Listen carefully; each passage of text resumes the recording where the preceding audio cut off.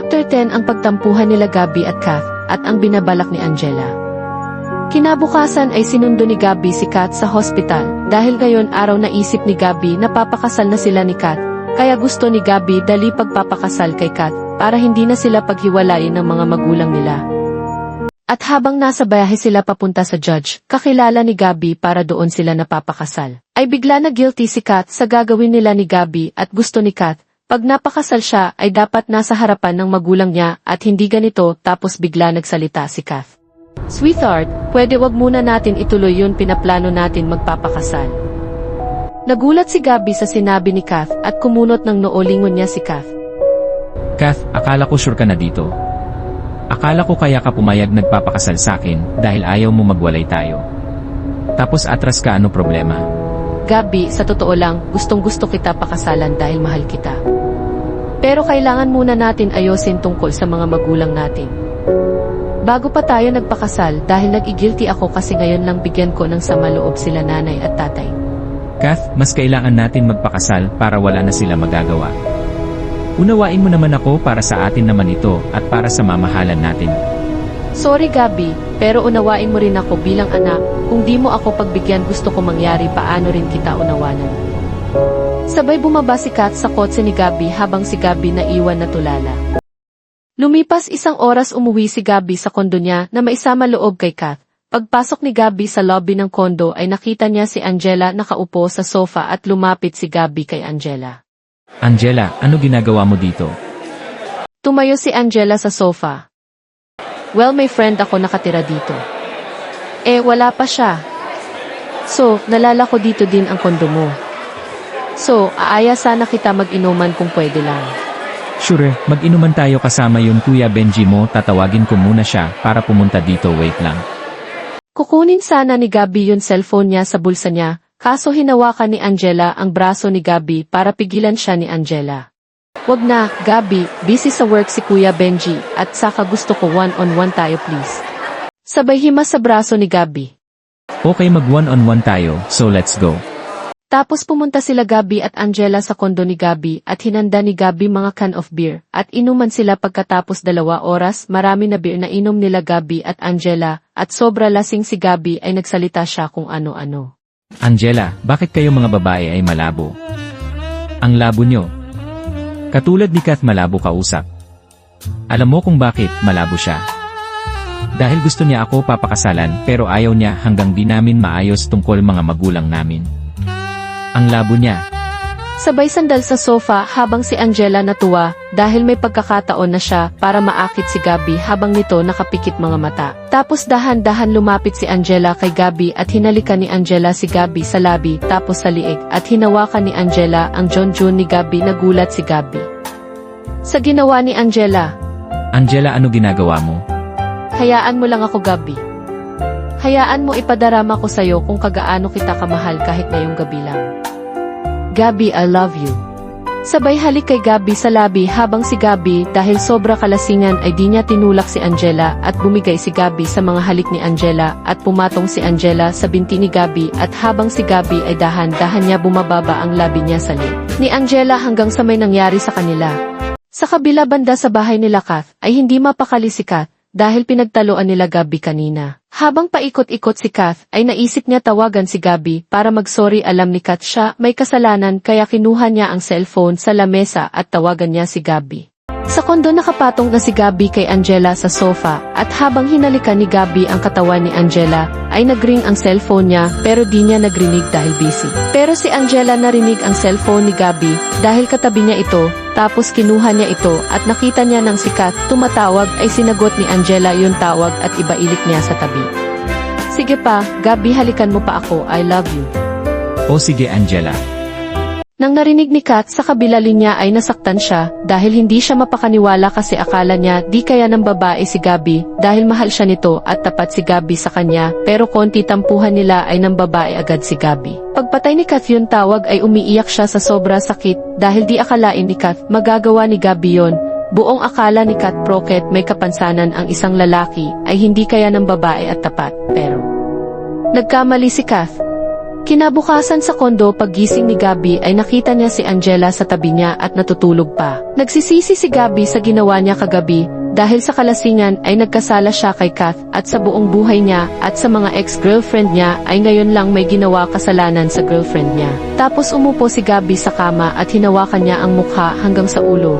Iisip kung ano ang gagawin niya tapos tumingin siya kay Angela at nakita niya nagising na si Angela. Yun kagabi Angela, kalimutan natin kung ano nangyari. Sabay tumayo siya sa kama at kinuha niya yun baston sa tabi ng kama niya. Ano, pero Gabby, mahal kita at handa ako magpakababa para pagmamahal ko sa'yo, basta maging tayo please, Gabby.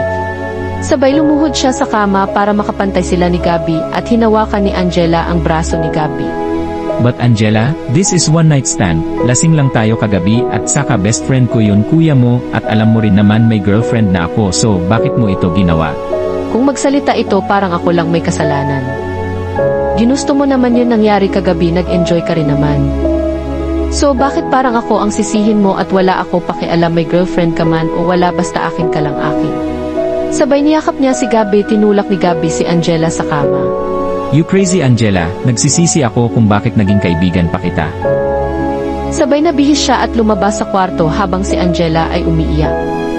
Paglabas ni Gabby sa kwarto niya ay agad hinahanap ang cellphone niya at nakita niya agad yung cellphone. Sa sofa agad lumapit si Gabby sa sofa at kinuha niya yung phone niya.